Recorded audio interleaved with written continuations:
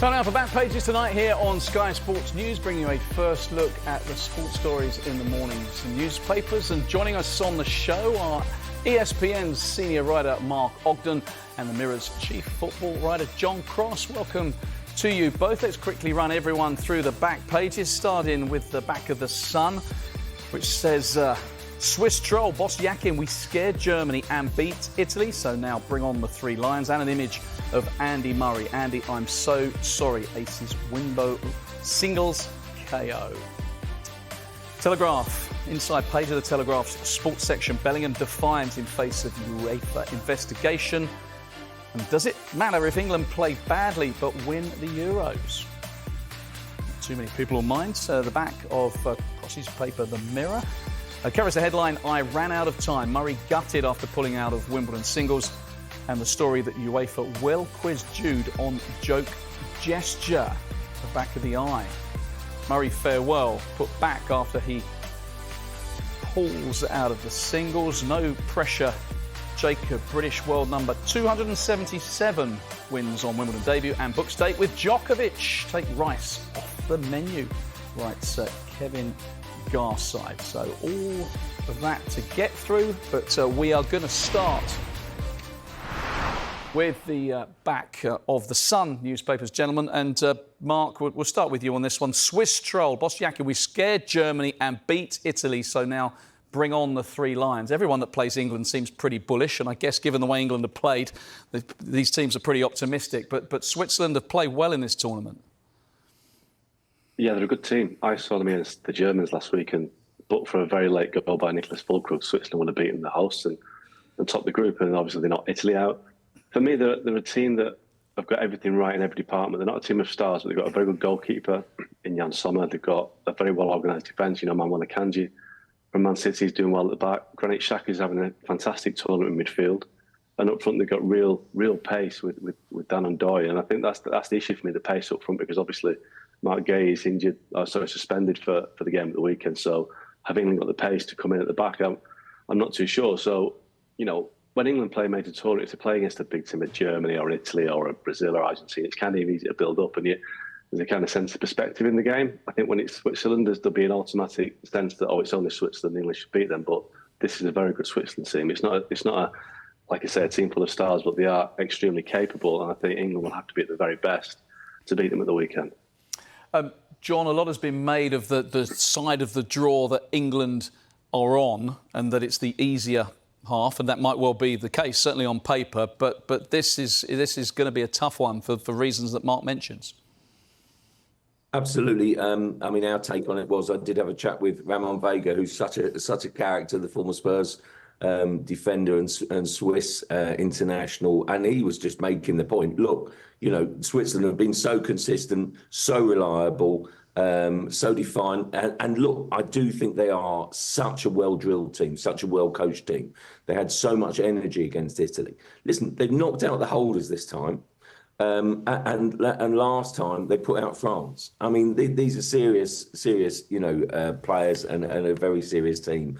Look, I do think if you look at it, England's half of the draw. You take that all day long, wouldn't you? Even including the Turkey result, because I honestly thought that Austria would perhaps reach the semi-final. Shows you what I know, doesn't it? Really. So it's Holland, against Turkey in the other one, and England have got what everyone thinks is a sort of an open invitation into the semi-finals. I just don't see it like that. Switzerland have really changed the mood in their country. They are perennial challengers, if you like. They qualify for tournaments. It's now not whether they can get there, but it's how far they can get. And I do think with a lot of players with great experience and great quality, I do think they're a huge threat for England's progress. Particularly, let's bear in mind, England just haven't been playing that well. They'll need to click into gear on Saturday. Mark, just picking up on something that John said there about Austria. They've been one of the form teams of this tournament, but we've seen them go out to Turkey, which kind of reinforces the point that actually, yes, you want to play well, and yes, style is important, but ultimately it's getting the job done. So you'd rather play poorly and just win the games, wouldn't you? Which is what England have been doing.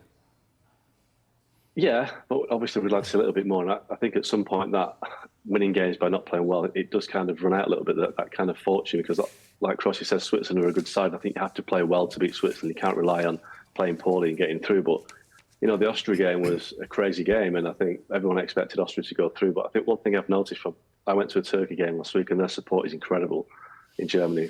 We know I think there's 7 million people with Turkish heritage in Germany, and wherever you go, there are lots and lots of Turkish support. So their home games are like, it's like going to Galatasaray to Fenerbahce. So I think, you know, England could meet them in the semi-finals in Dortmund. So that would be, I mean, we're getting ahead of ourselves a little bit, but that is a game to worry about, I think, in terms of England fans trying to get tickets. But let's just get there first, shall we? Yeah, absolutely. Let's just have a quick focus on England then. It was quite a quiet day regarding them and the press and everything today. But Kevin Garside, the back of the eye, says, take Rice off the menu. Everyone's got an opinion, John, on this England side on what should happen. And ultimately, the only opinion that really matters is Gareth Southgate. But what do you make about this? Because I've seen everyone be questioned in terms of personnel, but not until this has anyone really questioned Declan Rice recently.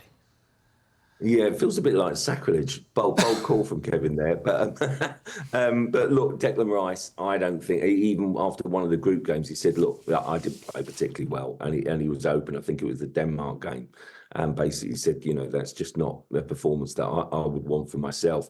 Have to be honest, on the game on Sunday, I didn't think he played at all well in the 90 minutes, but I actually thought he was outstanding in extra time. I think that says much about his determination and heart. There's a few players that are absolute certainties on Gareth Southgate's team sheet, and Declan Rice is one of them.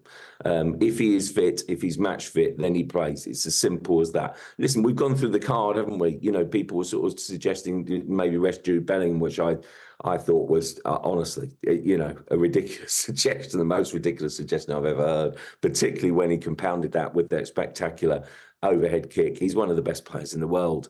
Yes, you know, England have yet to kind of almost find a formula to get the best out of him. You know, it's almost a two-way street. You've got to get the best out of him so he can perform well. So, you know, they know that. It's about finding, a formation and a tactic. I think that works. I do think that Gareth Southgate maybe will come under more pressure to make changes. He's been very, very consistent with his lineup, hasn't he? Very reluctant to make changes. You know, Mainu was the one that he's made. But, if only Luke Shaw were fit to give him balance on the left, I can't see him starting after so long out. But they've got a few puzzles to, does Palmer start ahead of Saka, for example? I just don't see a mainstay like Rice losing his place. He's far too important. And frankly, it's far too reliable. Yeah, absolutely. Well, you mentioned Bellingham as well during that, John, and he's featured quite heavily in the papers. The back of the Telegraph says Bellingham defiant in face of UEFA investigation. Mark, I mean, he's saying that this was a joke gesture. Just remind people. Yeah, I mean, he scored the goal and celebrated in front of the Slovakia bench, which is regarded as lacking basic decency, according to UEFA. But Bellingham saying it was an in-joke with his friends. Now, you can believe that or not, but ultimately UEFA have to prove that he's not telling the truth, and I don't know how they do that, because all of his mates in the stand will happily say that Jude Bellingham was playing an in-joke. So I don't think there's any way that UEFA can prove this. I don't think this goes anywhere. I just think this is UEFA had to be seen to act because they had a complaint from somebody in the Slovakia camp. UEFA have said they're investigating. He's not been charged yet, so I don't think anything will come of this. I just think it's UEFA, banging the drum a little bit, but it'll go away. It won't be a problem. It won't lead to Bellingham being suspended for the weekend. I think it's something that's just it's almost like playing to the gallery. So, like I say, UEFA have to prove that Jude Bellingham meant to offend the Slovakia bench, and there's no way to do that. So it's just a storm in a teacup, I think. But it's a long week it's a long build up to the game against Switzerland. So this is kind of quite useful in many ways, so something to talk about, but I don't think it's going to go anywhere before. It's not going to worry England, I don't think. OK, we'll move on just to point out that John's written on this in the Mirror as well. UEFA will quiz Jude on joke gesture, but we'll kind of leave that one there, I think. Moving to the Telegraph, John, the classy Dutch fill their boots after giving shoes a miss. Dutch were good after a slow start when they tell us about this story. Yeah, it was. They really got into gear late on, didn't they? Sort of and scored sort of kind of 2 late goals. Cody Gakpo really sort of kind of taking the tournament by storm. I think he's up there with the top scorers now, isn't he? Really. So you know, I mean, it's. I think the Dutch, having been almost on the edge and worrying about qualification now, they could sort of almost see their path in. They've got Turkey, and so they are finding a bit of form, trying to sort of kind of get together a bit of camaraderie with a bit of joking here, losing their sort of kind of footing along the way, and yeah, making nice progress really. But I do actually think that game, it seemed quite one-sided. I did watch it, and basically, I have to say, the Dutch turned it into a bit of a recession there. So I do think they're growing in confidence from a team that really went into this tournament without very high hopes at all. OK, let's move on to the Netherlands' opponent then, Mark. Austria out, Turkey are through. The back of the Guardian says Austria out. Meanwhile, the Telegraph says Turkish save and wonder save send Austria packing. I mean, we were watching this game in the newsroom, and that save right at the end by Mert Gunnar was one of the great saves in Euros history, I think, given the conditions and the fact it was about 30 seconds to go.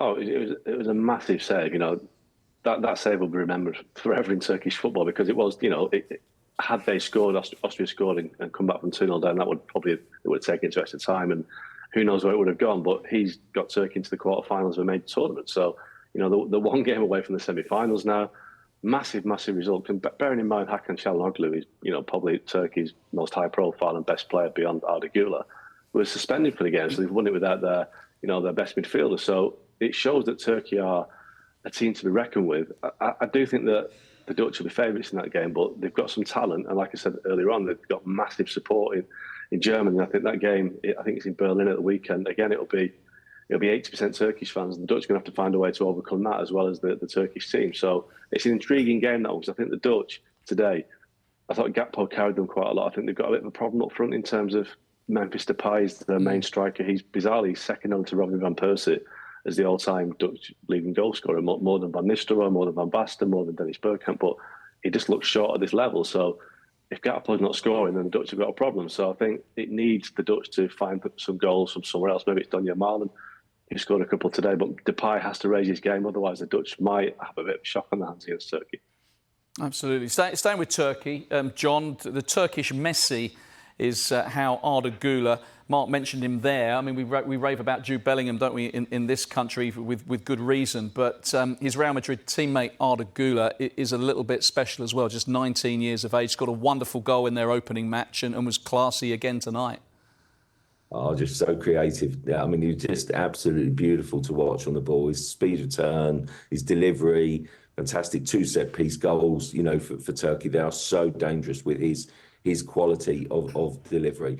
But listen, all the headlines and all the back pages and all the analysis will be about one of the true great saves of the Euros, really, isn't it? And I mean, it is amazing, this story that sort of Turkey have produced, really, because Mert Gunnar producing the save for Turkey late on. But what a turnaround in 4 months. Because 4 months ago, it was Austria thrashing Turkey 6-1, absolutely humiliating. Can you imagine, by the way, that if that had happened to England in the build-up just 3 months before the start of the Euros to Gareth Southgate, you know, everything would have been sort of kind of piled on. It would have been absolute crisis. And here they are, you know, sort of in the latter stages now, 4 months on, and they produce a performance like that. It did say to me defiance. They wanted to prove that point. They defended absolutely brilliantly. They attacked, you know, fantastically well from set pieces and was so dangerous, hanging on at the end, that wonder save deep into injury time. But for me, that said everything about wanting to avenge that defeat, just 4 months ago. Incredible turn up, fabulous. Can you imagine sort of kind of, you know, parts of England tonight and sort of kind of celebrating, you know, as well as the sort of kind of scenes within Germany? Because honestly, the Turkish community would be absolutely love it. They're so passionate football fans. And I think Mark's absolutely right. I tell you, with their support, their incredible support, I do think that kind of just cheers them on. You could feel that extra energy, I think, even watching it, you know, on TV tonight, coming through into the TV, just spurring the players on. Yeah, terrific scenes, wonderful game. Mark, John, for now, thank you very much. We're going to take a A quick break. When we come back, we'll look at more of the back pages, including this in John's paper, The Mirror. I'll take on the top men. No kidding. New Brighton boss, 31-year-old Fabian Hertzler, has been speaking to the media. And the transfer news, Kiernan's farewell to Foxes, Dewsbury-Hall signs for Chelsea. That's next.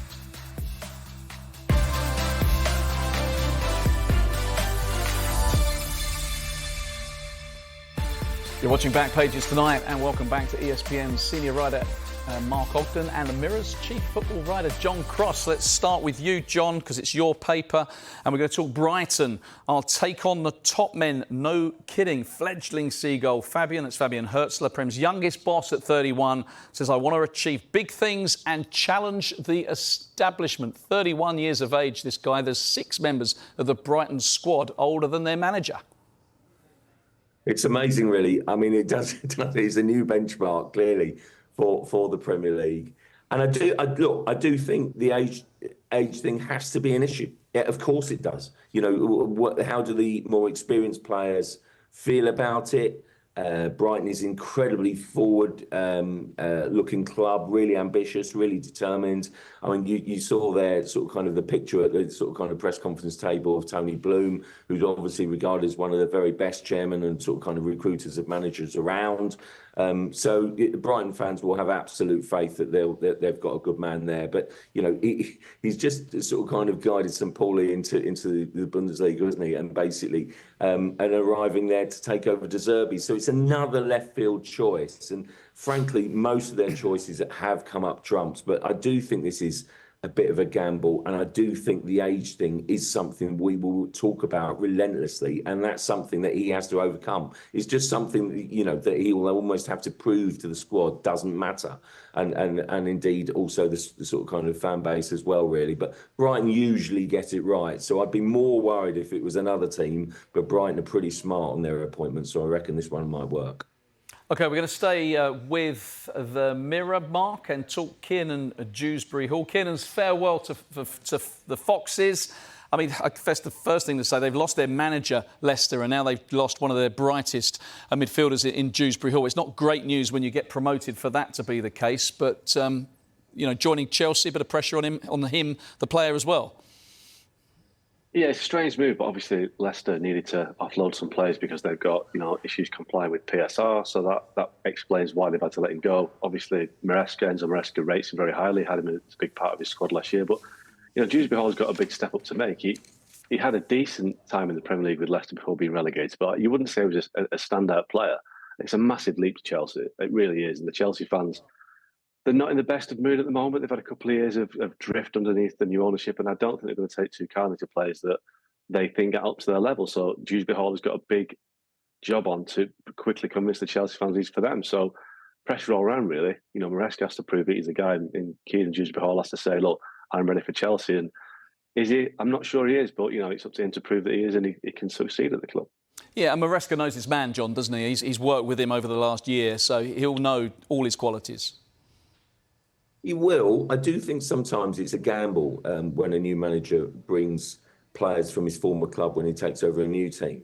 So, because I do think immediately fans will go, oh, he's just his kind of guy. Will he drop him? Will he treat him as fairly as the others? So I think almost Dewsbury-Hall, you know, a wonderfully named manor house, of course, as we always joke. But basically, he's got maybe a little bit more to prove. I think it's a lot of money for the player. I think he's got much to prove, really, if I'm brutally honest. Because Chelsea do have a few players similar to this. You know, Moises Caicedo, you know, Enzo Fernandez. I think they're looking for almost a bit more of a creator, a kind of a silky smooth kind of a 10 who might sort of kind of, you know, sort of create more chances. Cole Palmer's been such a revelation. So maybe they're looking at English talent and hoping that works out again for them. But I do think it's a gamble, and I do think fans will be going, oh, you know, Maresca's kind of brought one from Leicester. I'm not sure it will get the pulses racing, so he does need to start well, I think, Dewsbury-Hall. OK, we're going to move on to the tennis. Pretty much every paper has the Andy Murray news on it. The front of the Times says injury denies Murray grand SW19 farewell. The Telegraph says Murray true gent even when giving you his reptilian stare. Mark, I mean, Andy Murray, one of Britain's all-time great sportsman. It would have been lovely to have seen him bow out in the singles, but at least he's getting to play with his brother in the doubles. Yeah, absolutely. At least he's got some send-off, like you said. But it's a real shame for Wimbledon and for Andy Murray that he's not playing the singles because, you know, remember at the start of his career, he kind of divided opinion, but I don't think anybody now has any kind of doubts about Andy Murray. What a great sportsman he is, what a countryman professionally is, what an ambassador for the game and the country is, I think. And it's sad. I just think he's, you know, we're talking about England at the Euros right now and how, you know, big I think it will be for them to win it. Well, all those players are striving to have that same sort of reputation and esteem as Andy Murray. I mean, he's done everything he could do in tennis. He's won Wimbledon, I think, twice. So I think he's an absolute legend. It's a shame he's not getting that final chance to play on centre court as a singles player. Yeah, John, I mean, in a way, it's kind of lovely that he's playing with his brother, isn't it? Because he could have gone in the singles not fully fit and not done great, whereas now he's getting to play with his brother. And it's not just been about Andy, has it? It's been about the family, Judy, his brother Jamie. It's been about it's been about all of them.